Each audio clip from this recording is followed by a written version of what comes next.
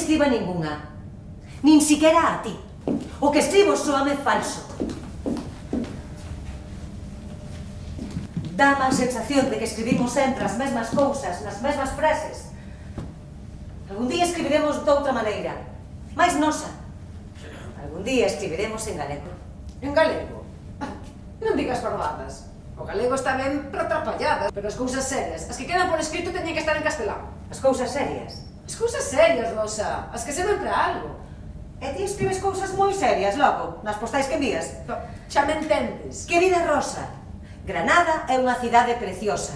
A Alhambra é unha maravilla. Ricardo e máis eu enviamos un abrazo e moitos recordos. Ai, sí, que diferenza. Ninguén escribe en galego. Por que non nos aprenden, Elvira?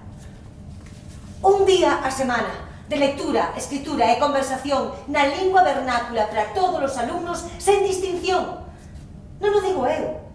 Deixou no escrito, dona María Barbeito. Non deberías ler esas cousas. Vas ter problemas. Xa os teño.